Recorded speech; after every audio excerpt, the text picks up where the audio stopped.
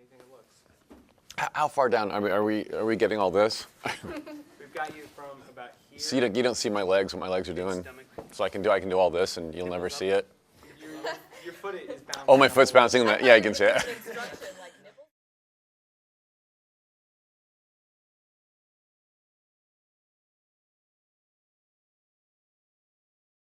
I've always been a geeky, gangly kid.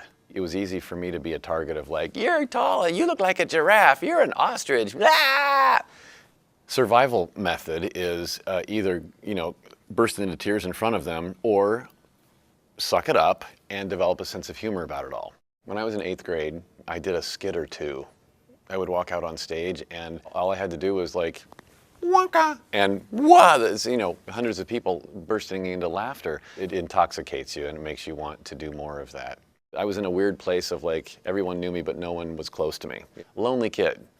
The TV became my best friend. Shows like The Carol Burnett Show and Mary Tyler Moore and Dick Van Dyke. These people, I want to know these people. These are my friends. I thought if my best friends are on TV, I have to be an actor. That's kind of how Dougie became Doug Jones later in life.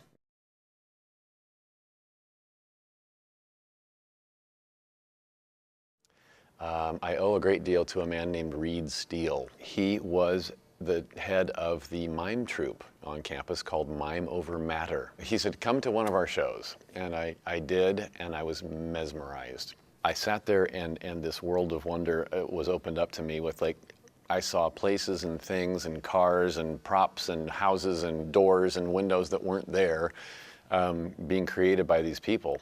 I gleefully auditioned for the troupe and was accepted into it my freshman year and stayed with it until my senior year was finished. That is an art form that woke up the rest of me. I mean, I've always been very expressive from head to toe anyway, but that's when I realized that communication is from the top of this to the bottom of this. I met Lori right here at Ball State University. We timed the wedding out for I wanted to make sure she was done with school. And one day we were on the phone with her uncle in Fresno, California, and he's like, how are you kids doing? And I was like, well, I think I've reached the end of what I can accomplish here in northern Indiana. He worked at a bank, and he said, we have this management training program, and if you send me a resume, I can get you.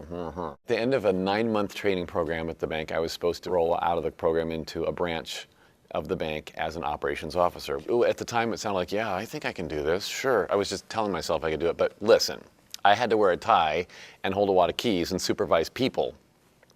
And I'm an artist.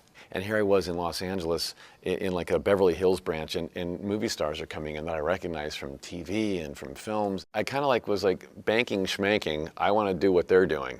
So I wanted to know, where do I go from here? How do I get into on camera? And an actor gave me some very good advice and said, TV commercials is how you get discovered.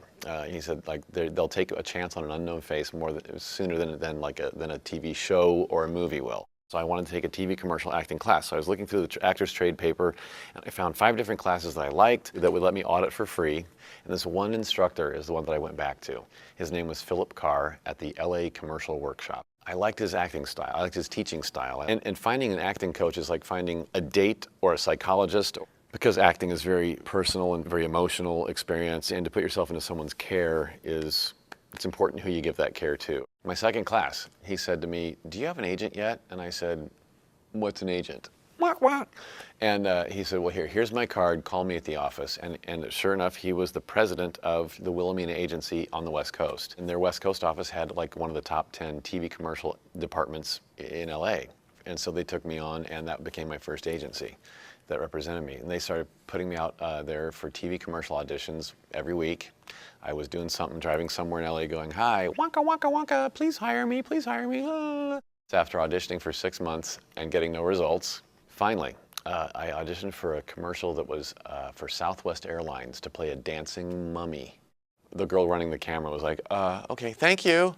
And I walked out going, oh, another one I'm not going to get. Got a phone call, got a call back. Came to the call back, the director's there, the client's there, the Southwest Airlines people are, the advertising agency's there. And I did my little dancing, waking up after years of being dead routine again. And they were all like, whoa, who is that guy? And sure enough, like before I got home, I booked this Southwest Airlines commercial, and that was my first professional job that paid money and gave me my membership in the Screen Actors Guild.